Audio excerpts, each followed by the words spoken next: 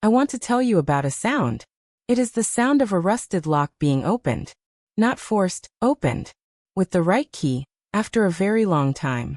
The mechanism resists at first, the way things do when they have been closed so long they have forgotten they were ever meant to open. And then it gives. That sound, that particular, specific, irreversible click, is the sound of a lie ending. I was standing in my grandmother's attic when I heard it.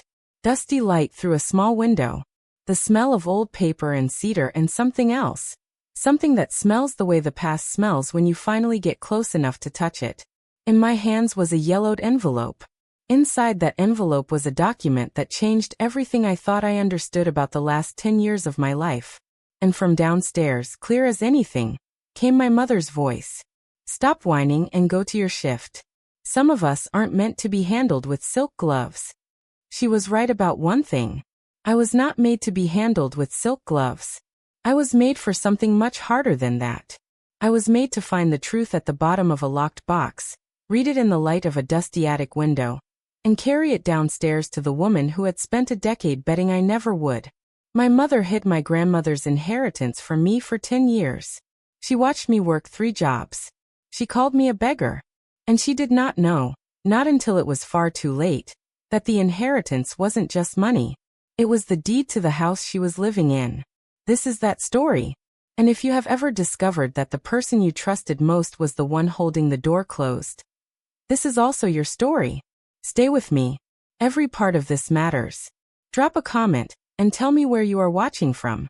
And if you believe the universe's ledger always balances, eventually, precisely, without apology, like, subscribe, and hit that bell. Because we are just getting started.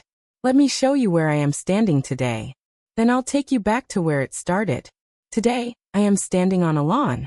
A pristine one, thick, well-kept grass, the kind that takes attention and money to maintain.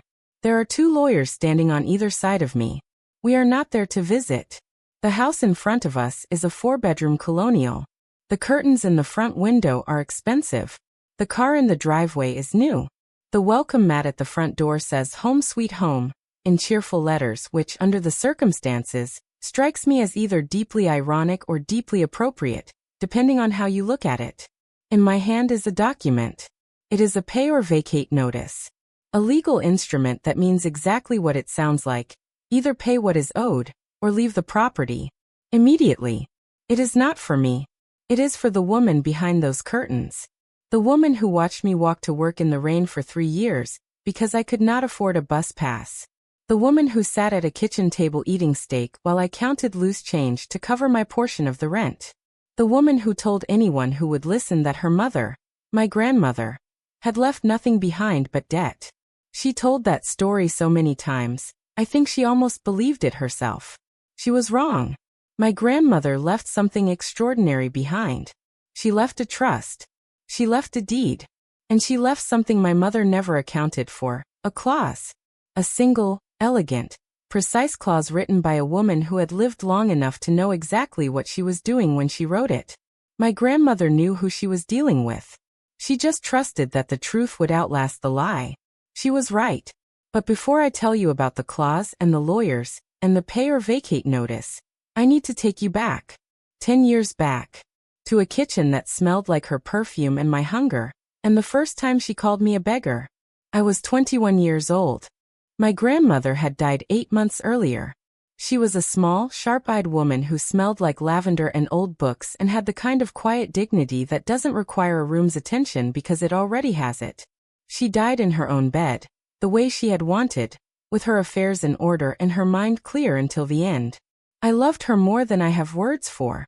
And losing her while I was barely keeping my own head above water financially, was the kind of grief that doesn't just break you once.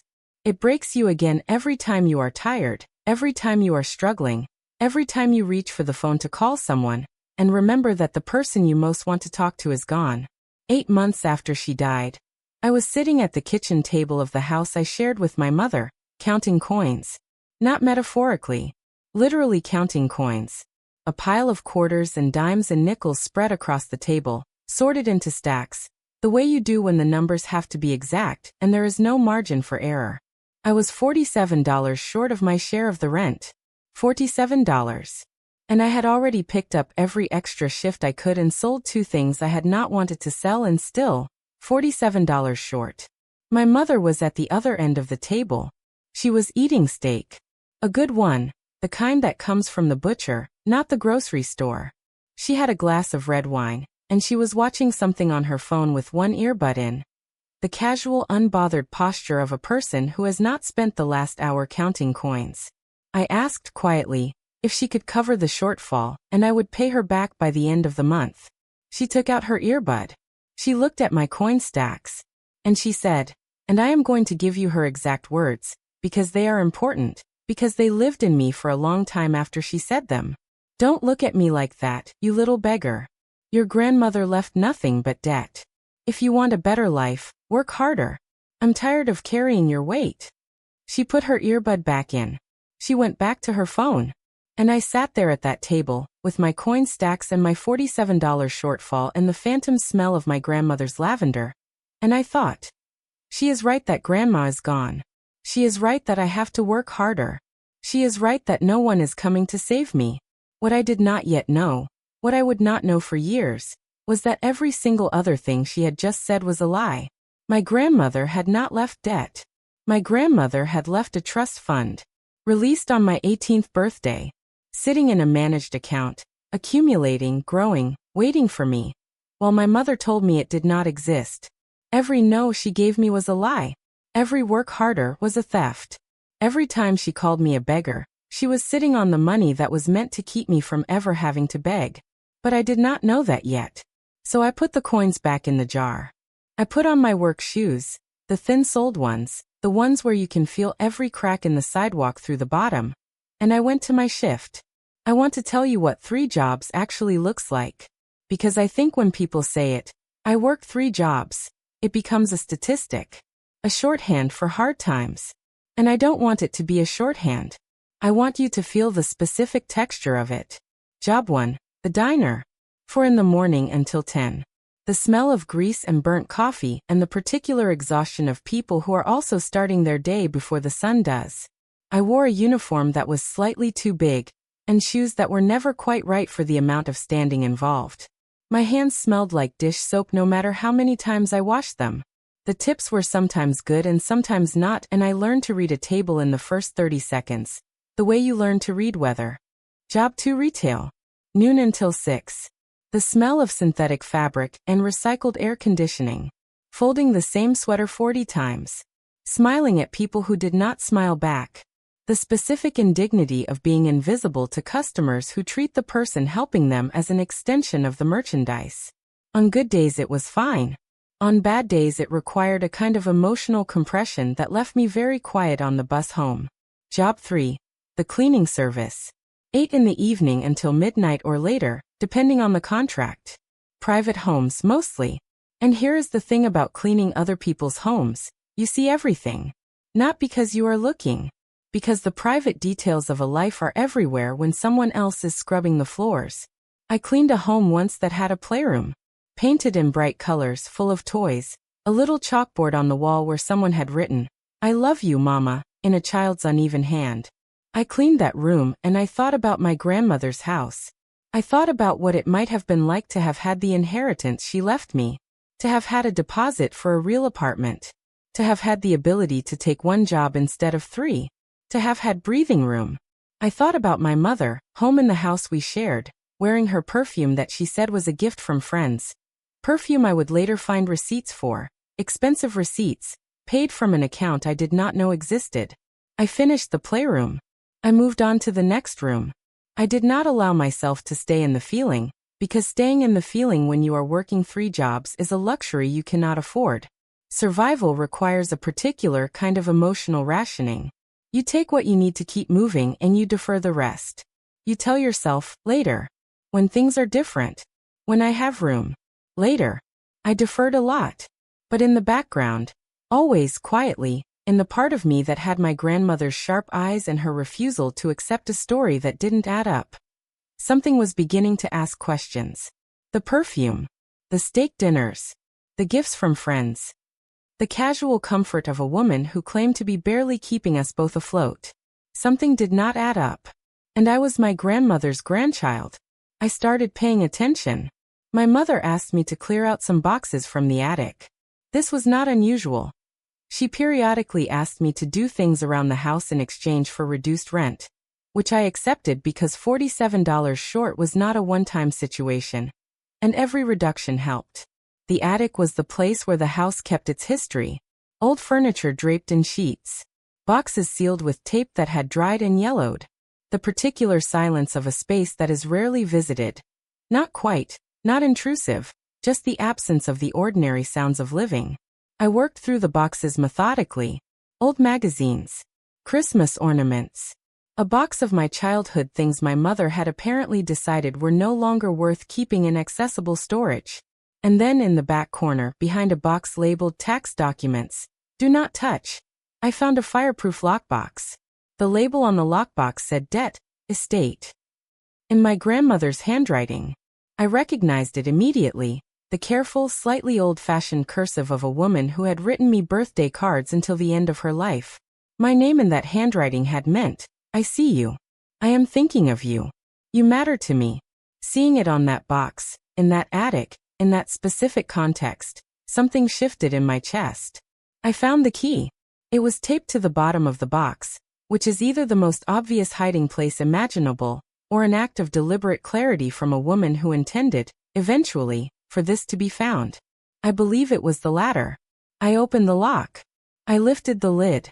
It was not a debt folder. It was a trust fund ledger. Professionally prepared, legally executed, dating back to the year before my grandmother died. Attached to it was a letter, sealed, with my name on the front in that same handwriting. And beneath the letter, a copy of the will, and beneath the will, a copy of the property deed for the family home. I sat on the attic floor. I read the ledger first, because I needed the numbers before I could process anything else. The trust had been established when I was 17. It was released on my 18th birthday, automatically by the terms of the instrument, into the management of the executor. The executor was my mother. I was 28 years old when I sat in that attic, which meant that for 10 years, the entirety of my adult life, all 3 jobs, every coin stack on that kitchen table, every pair of thin-soled work shoes, every shift in the rain, there had been money, waiting, in an account, with my name on it. And my mother had known. And every time she called me a beggar, every single time she said Grandma left nothing but debt, she had known. The cruelty was not the withholding. The cruelty was the performance. She did not just steal from me. She made me feel ashamed for needing what was already mine. I opened the letter from my grandmother. I will not read it to you in full. Some things are too private for a story, even a true one. But I will tell you what it said in its essence. She knew. She had known, when she was writing her will, exactly what my mother was capable of. She had not wanted to believe it. But she had known. And so she had done something precise and careful and, in retrospect, breathtakingly wise. She had built a clause into the will. My grandmother was not a lawyer. She was a retired schoolteacher who had spent 40 years teaching children to read and think and question what they were told. But she had a lawyer, a good one, a trusted one, a man she had worked with for decades, and together they had written something into the will that my mother had apparently never read carefully enough. The clause was called, formally, an executor conduct provision. In plain language, it said this: if the executor of the estate, my mother, was found to have withheld, misappropriated, or deliberately concealed assets from the named beneficiary, me, or if the executor was found to have made materially false statements about the estate to the beneficiary, then the executor would forfeit all rights to the estate, including the property, including the house my mother was currently living in. The house, it turned out, was not hers. It had never been hers. My grandmother had placed it in the trust, with a life-use provision that allowed my mother to remain in residence as long as she fulfilled her duties as executor honestly and in good faith. She had not done that. She had done the precise opposite of that for a decade. And my grandmother, sharp-eyed, lavender-scented, clear-minded until the end, had anticipated exactly this possibility and had left me the tools to address it. She could not protect me from what my mother would do, but she could make sure that when the time came, I had everything I needed to correct it. That is the most love I have ever been shown by anyone. I sat in that attic for a long time after I finished reading. Downstairs, my mother moved around the kitchen. I could hear the refrigerator open, the sound of something being poured into a glass, the comfortable domestic sounds of a person who felt completely at home. I put the documents back in the lockbox. I locked it. I put it in my bag. And I went to work my evening shift, because the electricity in my apartment was due and the meter did not care about what I had just found. But the next morning, I called a probate attorney. I want to be honest with you about what the next several months required. They required me to sit across from my mother at the kitchen table and say nothing. To hear her say Grandma left nothing one more time and not correct her. To continue going to my shifts. To continue counting coins. To continue being, on the surface, exactly the person she had decided I was, so that she would not suspect, would not become careful, would not move funds or alter records or lawyer up before I had everything I needed. That is a particular kind of discipline. Sitting on what you know. Letting the other person feel safe in their lie, while you quietly dismantle it from the outside. It is not comfortable. But I had spent 10 years learning to defer the things I felt until I had room for them. I was very good at it by then. The probate attorney was a woman named Claire. Small office, no-nonsense manner. The kind of lawyer who has heard every version of family estate drama and has stopped being surprised by any of it. When I laid the documents out on her desk, she went through them methodically, and when she looked up, her expression was the specific expression of a professional who has just confirmed something they suspected was coming. The character clause is clear, she said. And if we can document the misappropriation, which the ledger already strongly suggests, the executor provision is triggered. The property transfers to you. She paused. You'll want a private investigator for the financial trail. And I want you to understand, once we file, this moves quickly. Is that what you want? I thought about the kitchen table, the coin stacks, the thin-soled shoes, the 3 jobs, the diner at 4 in the morning and the cleaning service at midnight, and the smell of other people's homes while mine was never quite mine. Yes, I said. That is exactly what I want. The investigator took 6 weeks. The financial trail was not difficult to follow. My mother had not been careful because she had not believed I would ever look. The trust disbursements had been redirected to a personal account. The property taxes on the house had been paid from the trust. The perfume, the steak, the gifts from friends, all documented, all traceable, all precisely the evidence that the character clause required. When Claire filed the petition, I was sitting in her office drinking bad coffee and feeling something I could not quite name. Not triumph yet. Something quieter. Something that felt like the moment before a very long breath finally releases. The petition was filed on a Thursday. My mother's lawyer called her on a Friday. She called me on a Saturday, which I know because I let it go to voicemail. I did not call her back. There was a dinner party the following weekend. My mother had been planning the dinner party for weeks. It was, ostensibly, a celebration of her early retirement. A phrase she had been using recently with a satisfaction that I now understood very differently than I had before. She had invited 12 people. The table had been set with the good china. There were flowers and candles and the kind of ambient effort that says, I want this moment witnessed. She had not invited me, which was fine. I had not planned to use the front door. I arrived with Claire and a county sheriff's deputy at 8:15 in the evening. I wore a coat I had bought with the first paycheck from a new job. 1 job, not 3. That I had taken 3 months earlier when the financial pressure began, slowly, to shift. It fit well.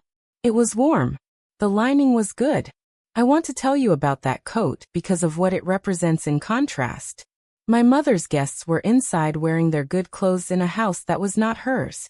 I was outside in a coat that was mine, on a lawn that was mine, holding documents that said so. The deputy knocked. My mother opened the door. The expression on her face moved through several stages very quickly. Surprise, confusion, the beginning of social recovery, and then something underneath all of it that was not surprise at all. Something that had been waiting. What is this? She said. Her voice had the tone she used when she wanted to manage a situation in front of witnesses. Controlled, slightly wounded, already framing the story. This is a notice of ownership transfer. Claire said, in the tone of someone who has said this sentence many times and has learned to say it without inflection. And a formal request to vacate the premises. Your attorney has the full documentation. You have 20 days. Behind my mother, the dinner guests had gone quiet. 12 people in good clothes, holding wine glasses, watching something unfold that none of them had expected to be part of this evening. My mother turned to them, and I watched her do something I had seen her do my entire life. She pivoted to the audience. She could not give me back the years, but she gave me the house to rest in when they were over. That is the most careful kind of love. The kind that works around what it cannot prevent and builds what it can. The morning was quiet. The street was still. Inside the house, my grandmother's things were still where she had left them, and I had not moved much of it yet, because some things take time. I drank my coffee. I watched the light come up over the lawn, and for the first time in 10 years, I had nowhere I needed to be in a hurry. I have been thinking about what I want to say to you in this last section, and I keep coming back to one thing. Not the money, not the house, not the legal correction, the coin stacks. Because I think about how many of you are at a kitchen table right now. Maybe not literally, maybe it's a different kind of table, a different kind of counting. Maybe it's energy you keep giving to people who take it without acknowledgement.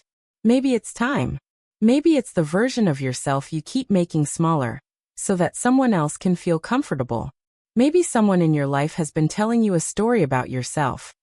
That you are too much or not enough, or that you should be grateful for what little you have. Or that you are asking for things that aren't yours to ask for.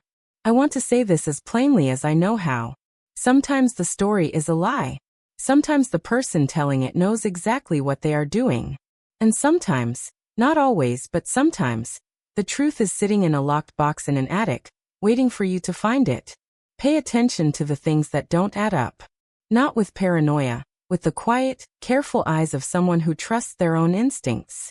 The universe's ledger is a slow machine, but it is a precise one. It does not forget. You cannot build a lasting comfort on a stolen foundation. Sooner or later, the structure reveals what it was built on. And sooner or later, the person the foundation was stolen from finds the deed. My grandmother knew that. She spent her whole life knowing that. And when it mattered most, she made sure I would know it too. I am telling you this story because I think some of you need to hear it today. Not as a revenge fantasy. Not as a see what happened to the bad guy moment. But as evidence. Evidence that the truth is durable. That what is owed has a way of finding its way home. That the people who underestimate you, who call you a beggar, who tell you that you are not meant to be handled with silk gloves, who make you feel small so that their theft has room to breathe. Those people are working on borrowed time. The scales of justice are slow, but they are precise. And they balance. Before you go, I want to ask you something. Would you have kicked her out immediately? Or given her time to pack? I gave her 20 days. Not out of softness. Out of the recognition that how you end something says as much about you as how you survived it. I did not want to be cruel. I just wanted to be done. There are people in my life who have asked me if I feel guilty. If I regret it. If I worry about what this has done to the relationship. I tell them the truth. You cannot damage a relationship that was already built on one person's damage. You can only stop participating in the arrangement. My grandmother's house is mine now. The lavender is still there. She had planted it along the front path and it came back this spring, without anyone tending it, the way things that are well-rooted do. I am planting more. I have time now. Drop a comment and tell me. How far does family go when they steal your life? Have you ever had to choose between the relationship and the truth? Tell me your story. I read everyone. If you are currently being told you are nothing by the people who should be cheering you on, subscribe. Share this. Because the truth has a funny way of surfacing when the time is right. And sometimes the most important thing is just knowing that you are not the only one who has been here. You are not. I'm sitting on my grandmother's porch. The lavender is coming in. Thank you for watching.